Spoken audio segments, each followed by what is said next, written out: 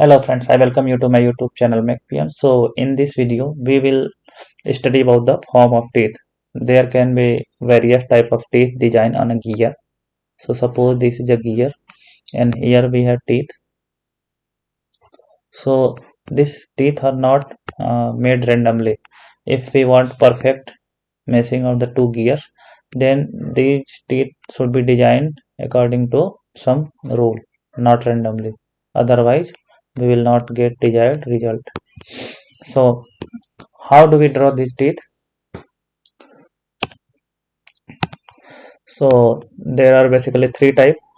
First one is conjugate teeth. The conjugate teeth. What is the conjugate teeth? In conjugate teeth, first of all, we will draw a gear and we will make teeth randomly with certain profile. Suppose this gear we have drawn. One gear we will already make, and the second gear we will make second gear based on this first gear. So this is gear 1. This second gear which will meet with this gear, we will make it teeth according to the gear 1 so that they can match perfectly. There is no perfect profile. We will just try to fit gear 2 teeth of the gear 2 in gear 1 for perfect motion. So this gear has no perfect profile, but this is made by matching the meeting the requirement of the gear 1. So as we discussed in conjugate teeth, we make the first gear and we make the first tooth randomly, all the teeth on the first gear randomly with a certain design. Then to satisfy the requirement of these tooth, we make the teeth on the gear 2. Okay, so we made teeth on the gear 1, then to fit in this gear we made tooth on the gear 2. This is called the conjugate teeth, but it is very difficult and costly to make, so nowadays it is not used, it is not very common. So what are the common practices and what are the profiles commonly used nowadays? So these are the cycloidal teeth and involute teeth. So what are the cycloid? What is the cycloid profile?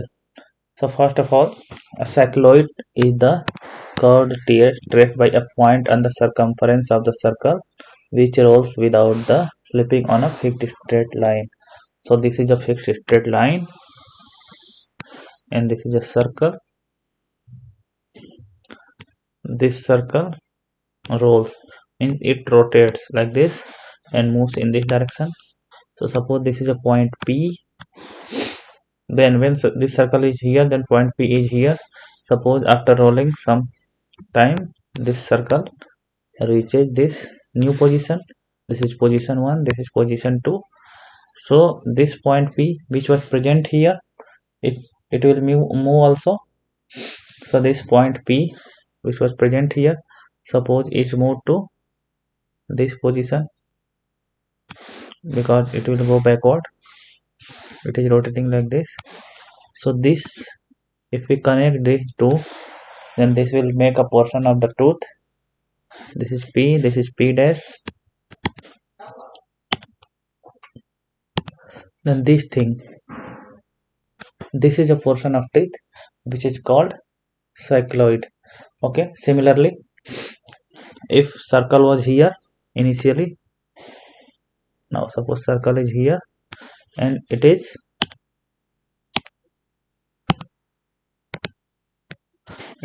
moving in this direction and it is rotating like this. Here also, initially the point P was here, suppose P1 was here, and after rotating it reached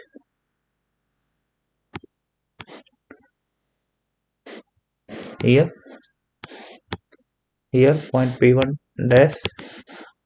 Then if we join these two, then this will make other face of the teeth. So this is some kind of top portion of tooth. If we remove other things,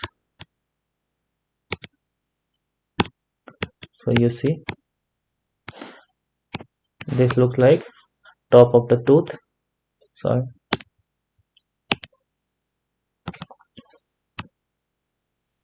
So in this way tooth are made. Now this we are making on the top of the line, but suppose this is the circle below the line, and this is point P, and this is rolling in this direction, and after some time circle will reach here and point P will reach here. So this is also like this, and similarly another portion will be made like this. So this will form a tooth. This will form a teeth of the gear. So this is called the cycloidal teeth. But you know that this is a straight line. Okay, but on gear it is never straight line, it is circular. So you see, this is a circle. We will read the next line. When a circle rolls without slipping on the outside of fixed circle. This is fixed circle. This one, this is circle 1, this is circle 2. The circle 1 is fixed circle and circle 2 is moving without slipping on this circle 1. Then curve traced by the point on which circumference of the circle is known as the epicycloid. There is points, suppose this circle was initially here, this circle 2 was initially here, and this is point P on the circumference of this circle 2, and this circle rolled here, this point P reached to P1, circle position P reached to position P1, and point C1, suppose it was here, then reached to here. So this is called the epicycloid profile. Similarly, if this circle moves inside from here to here, then this point from here to here it will reach. We will connect like this, and similarly from, suppose circle is moving from here to here, then we will form a tooth. If we connect all these, then we will make something like this, and connecting all the 4 parts by epicycloid and hypocycloid. Hypocycloid is when it is moving inside. This will form a tooth, profile of tooth. So you can see that in cycloidal profile, a circle, let's see again, a circle is fixed. In cycloidal profile, a base circle is fixed, and above this circle another circle is rolled without slipping, and suppose we select a point P on this circle, then this point P moves. Suppose this is rolling in this direction, so this point, this goes up to here after some time. So this profile is called the cycloidal profile. It is not the whole tooth, it is just a portion of the tooth. Okay, so connecting all the 4, we will roll from here. Suppose it was here initially P1, after rolling in this direction it will reach here. So this also, and suppose it is rotating in this direction, then it will go here. So it is making teeth. Okay, so this is just the pitch circle. Below this also will be a portion which will be made by what? Rolling inside the circle. If we roll circle inside, then it will form epicycloidal profile, sorry, hypocycloid, and if we roll outside, then it will form epicycloid. Connecting all these combined will create a profile of the tooth. So it is very difficult to think in 2D terms, but you can visualize, you can think like this. We will generate the profile of the cycloidal teeth. Now, a second one is involute teeth. What is involute teeth? An involute of the circle is a plane curve generated by a point or tangent which rolls on the circle without slipping on by point on the taut string, which is, sorry, let's read again.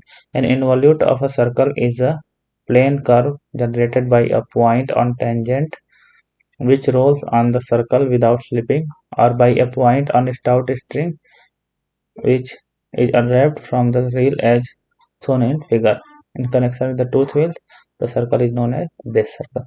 Okay, so these two are not counted together. This is or. So let's remove this. We will consider only one. An involute of a circle is plane curve generated by point on a tangent which rolls on the circle without slipping or by slipping. Okay, then after there is second option, so we will consider the first only. See, and this circle is called base circle. Okay, so this is base circle, and on this circle we will mark a tangent. So this TT, this is a tangent. Okay, so we will rotate tangent in this direction.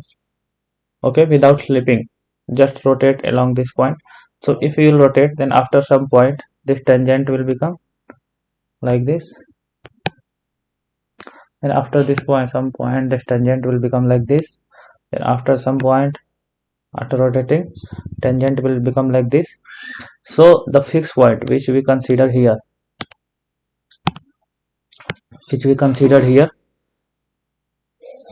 locate it on the tangent. Suppose this is point P on the TT, so P1, P2, P3, this is moving like this.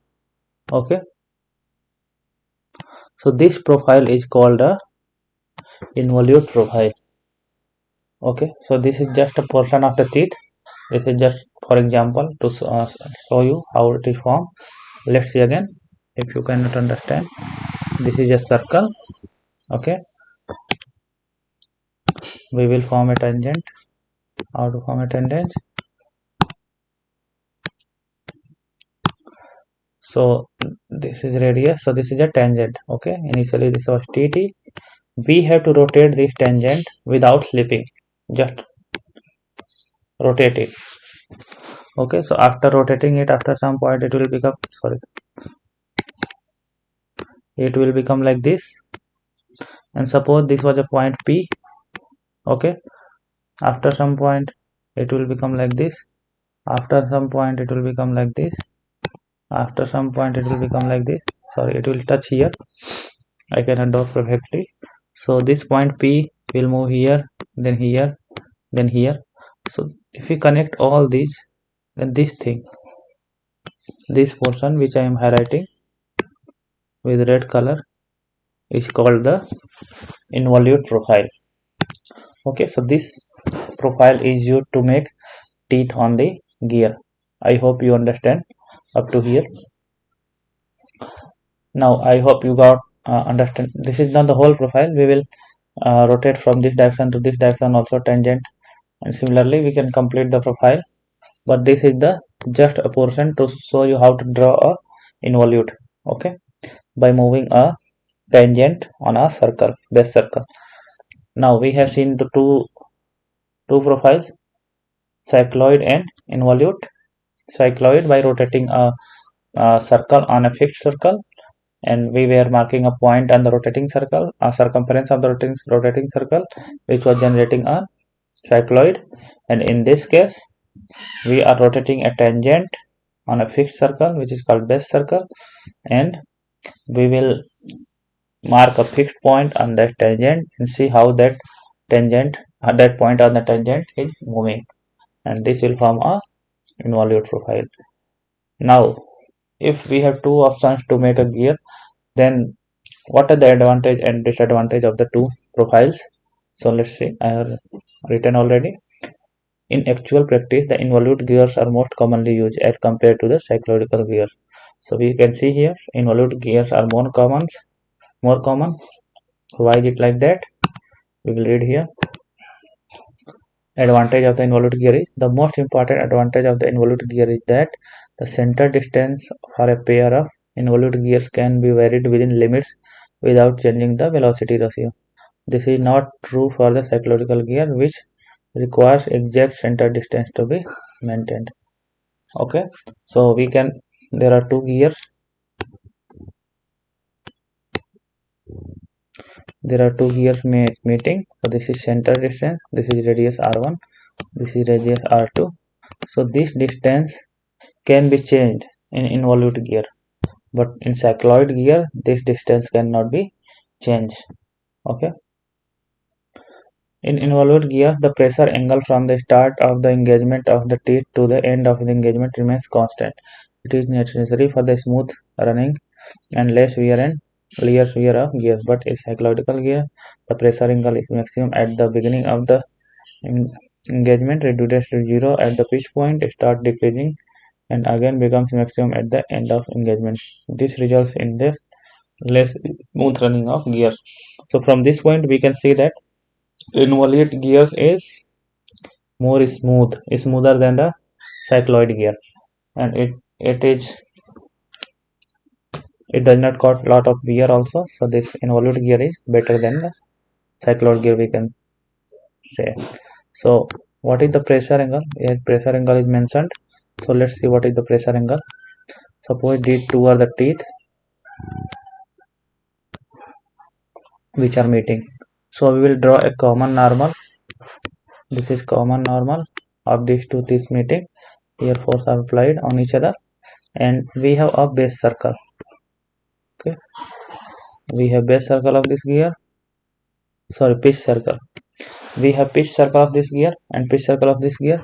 We will draw a common tangent on these two pitch circle. So this angle between common normal of the point of contact of tooth and the common tangent between the two pitch circles is called the pressure angle. So this is pressure angle.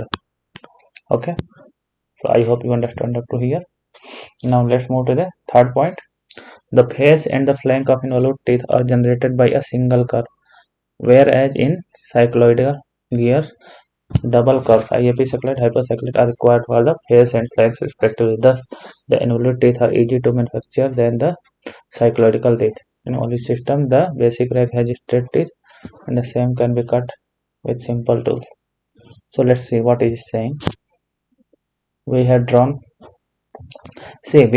this involute profile. From here to here we have rolled this tangent and drawn this profile, and after this if we roll in opposite direction then we will make this side also. So this is the single tooth, this is whole tooth, but this in this case the tooth was not drawn in just two parts. This is one part which is above pitch circle, and this is another part opposite side. Then below pitch circle also this is addendum part, this is dedendum part. These are also drawn separately. So this is in four part and this is in two part only. Okay, so this is the difference which is mentioning. So it is easy to manufacture involute teeth because of the two faces only, two profile. Note the only disadvantage of the involute teeth is that the interference occurs, which with pinion having a smaller number of teeth. This may be avoided by altering the height of addendum and tendon of the mating teeth of angle of axis of the teeth. So it is saying that if there is a involute profile gear, then if another gear is mating with this, then this gear should have certain minimum number of teeth. We have formula for that also. So we have to see how much minimum teeth are required for that gear.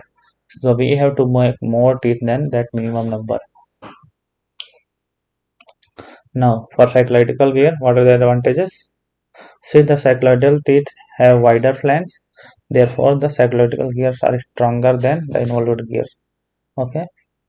For the same pitch, due to the region of the cycloidal teeth are preferred, especially for cast teeth.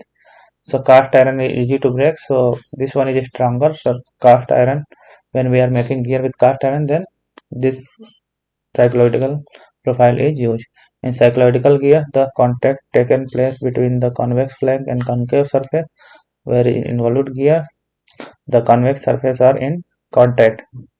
This condition results in less wear in cycloidal gears as compared to the involute gears. However, difference in wear is negligible. Okay, so difference is negligible. It is saying that